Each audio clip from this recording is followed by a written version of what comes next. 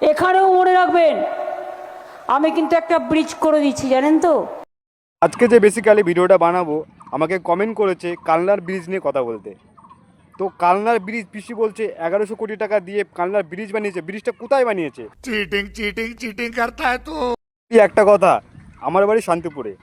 তো আমি শান্তিপুরে 1.5 মাস আগে তো কালনায় গেছিলাম, কোনো তো ব্রিজই দেখলাম না। কি যে বলে মাথায়, এটা কি মানুষ কি পাগল নাকি? মানুষ কি নিজের চোখকে বিশ্বাস করবে না তোমাকে বিশ্বাস করবে?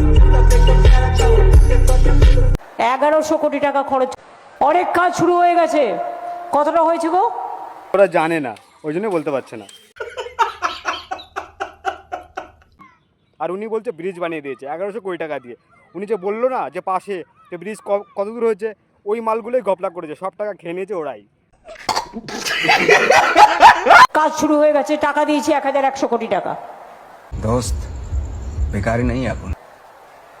কালনা থেকে শান্তিপুর খুব তাড়াতাড়ি যাবেন, ওখানে 100টা শিবের মন্দির আছে, 108টা। আবার ওখান থেকে চলে এসে এখানে চলে আসবেন শান্তিপুরে।